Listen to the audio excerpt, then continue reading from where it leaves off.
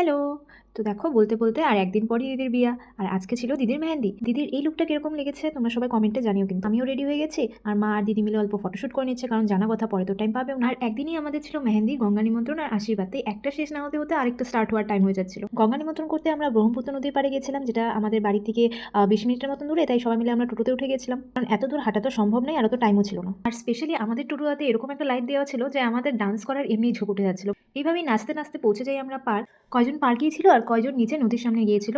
তো আমিও গিয়েছিলাম দেখতে যে কি করে। তো আমার মা আর আমার দিদি মিলে এখানে যত যা নিয়ম ছিল সব করছিল। জায়গাটা অনেক রিস্কি ছিল, কারণ মাটিটা এরকম ছিল যে পা ঢুকে যাচ্ছিল, তাই যতটা পারি দূরে থেকে করার চেষ্টা করছিল। তারপর জলদি জলদি সব শেষ করে আমরা সবাই মিলে চলে আসি বাড়ি, কারণ একটু পরে বরের বাড়ি থেকে দিদিকে আশীর্বাদ করতে আসবে। আর এসে দেখি দিদির মেহেন্দি দেওয়া কমপ্লিট হয়ে গেছে। দিদি ব্রাইডাল না লাগিয়ে সেমি ব্রাইডাল মেহেন্দি লাগিয়েছিল, তাই খুব কম সময়ের ভিতরে কমপ্লিট হয়ে গেছিল। এখন ফটোশুট চলছে। কয়েকটা ভালো ফটো তোলার জন্য যে এতটা কষ্ট করতে হয়, যে করে সেই বুঝে শুধু সেটা। আর ওকে তো তোমরা সবাই চিনেই, ও আমার ভাই গুড্ডু, আর ওকেও ক্যামেরাম্যান লাইট ধরার কাজে লাগিয়ে দিয়েছে। আর মেহেন্দি দিনই আমাদের 60% গেস্ট এসে পড়েছিল।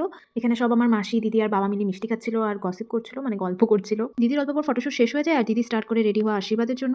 এখানে দিদি শাড়ি পরেছিল, আর মেকআপ একদমই যেটা ছিল সেটাই রেখেছে, কিছু এক্সট্রা আর করেনি, শুধু জুয়েলারিটা চেঞ্জ করে নিয়েছিল। তখনই আমি বার হয়ে দেখি যে বরের বাড়ি থেকে মানুষ এসে পড়েছে আশীর্বাদ করতে, আর আমি আর পুচু বেলকনিতে দাঁড়িয়ে বাজনার আওয়াজ শুনে ডান্স করা স্টার্ট করে দিয়েছে।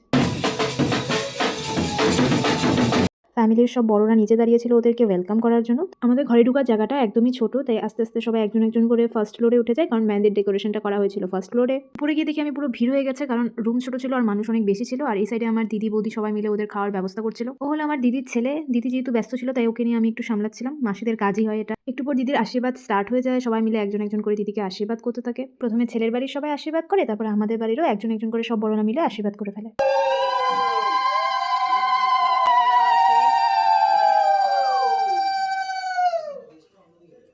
আশীর্বাদ শেষ হওয়ার সাথে সাথে স্টার্ট হয়ে যায় ফটোশুট। আমাদের বাড়ির সবাই তো মেহেন্দির টাইমে দিদির সাথে ফটো উঠে নিয়েছে, তাই এখন ছেলের বাড়ির সবাই মিলে দিদির সাথে ফটো উঠছিল। স্পেস এত কম আর মানুষ এত বেশি যে ক্যামেরাম্যানদের অনেকই প্রবলেম হচ্ছিল একটা ফ্রেমে সবাইকে একসাথে নেওয়া। আমিও কিছু রিল ভেবে রেখেছিলাম দিদির সাথে বানাবো বলে, তার ফার্স্ট ক্লিপটা আমি ওই দিনই নিয়ে নিই। কিন্তু এই ফার্স্ট ক্লিপই লাস্ট ক্লিপ হয়ে যায়, কারণ আমি আর পরে টাইমই পাইনি একদিনও যে ভিডিওটা কমপ্লিট করবো।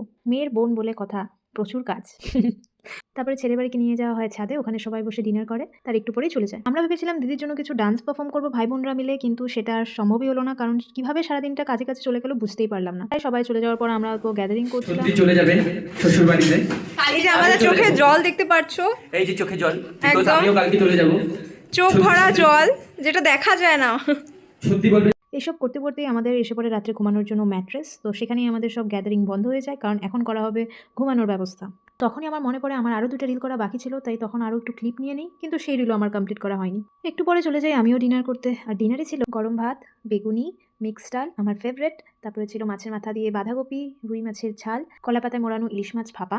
আহা, এখনই আমার ভিডিওটা এডিট করতে গিয়ে আবার মুখ দিয়ে লোল পড়ছে, ভাই কী যে টেস্টি ছিল। তারপরে ছিল চাটনি, মিষ্টি, সন্দেশ, আরও অনেক কিছু ছিল, কিন্তু খাওয়ার চক্করে বাকি আর ভিডিও করা হয়নি। তারপরে আমি আমার দাদাকে জিজ্ঞাসা করলাম যে খাওয়ার টেস্ট কীরকম হয়েছে, আর ওই রিয়াকশন তো তোমরা দেখতেই পাচ্ছ। খুব ভালো, খুব ভালো। আর দিদির হাতে মেহেন্দি পড়া ছিল বলে মা এদিকে দিদিকে খাইয়ে দিচ্ছিল। রাত্রে 2টোয় ঘুমিয়ে সবাই সকাল 5টার দিকে নেক্সট দিন উঠে পড়েছে, কারণ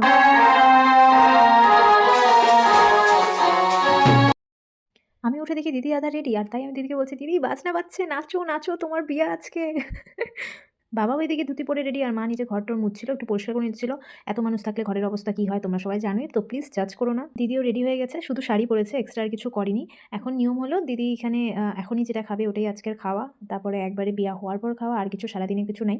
তো বাবা খাইয়ে দিবে দিদিকে। এটা খাওয়া হলো দই, চিরা, মিষ্টি এসবই। আর এই সকালবেলা এত মিষ্টি খালি পেটে খাওয়াটা যে কি কঠিন, যে খায় শুধু সেই জানে। এই খাওয়াটা যখন রেডি করছিল তখন আমি দিদির দিকে তাকাই আর দিদি আমার দিকে তাকায়, আর দুজনে একটাই কথা ভাবছিলাম যে সকালবেলা খালি পেটে এই খাওয়াটা দিদি কিভাবে শেষ করবে। তারপরে দিদি, মা, বাবা, বৌদি এক একজন করে সবাই দিদিকে আশীর্বাদ করে।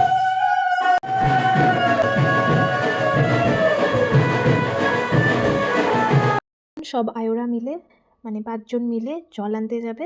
সোহাগ জল বলে মনে হয় সেটাকে, আমি ঠিক জানি না। তারপরে সেই জলটা আনার পরে দিদির আর কোনো কাজ নেই, আরামসে চাইলে পরে ঘুমাতেও পারবে। আর পিছনে মানুষগুলোর অবস্থা দেখো, রাত্রে সবাই ঠিক যেভাবে ঘুমিয়েছিল সকালে ঠিক সেভাবে উঠে এসেছে, কেউ কিছু রেডি হয়নি। সবাই বসে বসে দেখছে আর মনে একটাই কথা ভাবছে কতক্ষণে এসব শেষ হবে, আর সবাই একটু রেস্ট নেবে, কারণ সেদিনই ছিল বিয়া। দিদি নিজে একা এত কিছু শেষ করতে পারবে না বলে সেই সকালবেলা আমাকে আর পুচুকে একটু করে খাইয়ে দেয়। তারপর আমি অল্প বার হয়ে দেখি যে এখন আলো হয়ে গেছে। যখন উঠেছিলাম তখন একদমই অন্ধকার ছিল। সব আয়োরা মিলে গেছে জল আনতে, তাই দিদি এখানে বসে অপেক্ষা করছে ওদের। অল্প পর ওরা এসে আর এখানেই অধিবাস শেষ হয়। তারপরে ঠিক 11:30টার দিকে দিদিকে শাখা পরাতে মানুষ আসে, আর এত সুন্দর লাগছিল শাখা পরার পর দিদির হাতটা, তোমরাও দেখতেই পারছো। এসব শেষ করে দিদি চলে যায় অধিবাসের ফটোশুট করতে। আমাদের গলিতে নার্সারি আছে, ওখানে এত সুন্দর বাড়িটা ওদের, আর সাথে ওদের নার্সারিটাও এত সুন্দর যে ওখানে অনেক ভালো ভালো ফটো উঠেছে দিদি। আমি বাড়িতে এসে দেখি বৃদ্ধি অলরেডি কমপ্লিট। এখন আমরা যাব জল আনতে। এখানে সবাই রেডি হয়ে গেছে, আর এই ছিল আমার হেলদির লুক। তোমরা জানিও কমেন্টে কিরকম লাগলো। আমি সেরকম বেশি কিছু সাজিনি, শুধু ব্লাশ আর লিপস্টিক লাগিয়েছি। তারপর আমরা চলে যাই জল আনতে, আর আমাদের বাড়ির সামনে একটা মন্দির আছে, আমরা সেখান থেকে জল ভরতে গেছি।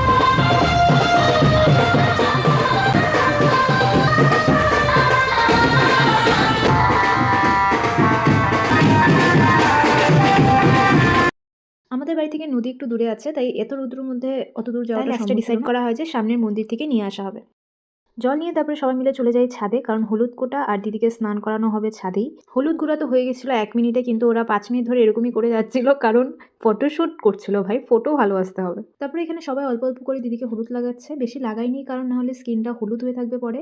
আমিও লাগাতে চেয়েছিলাম কিন্তু আমাকে লাগাতে দেয়নি, কারণ আমার বিয়ে হয়নি। এরকম বাজে নিয়ম কে বানিয়েছে আমি জানি না। এটা হলো আমাদের ভবনের সামনে, বরযাত্রী এসে পড়েছিল, সবাই মিলে নাচতে।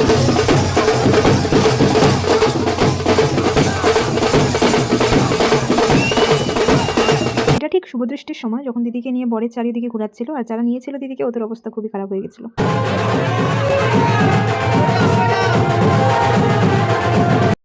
তারপর হয় দিদির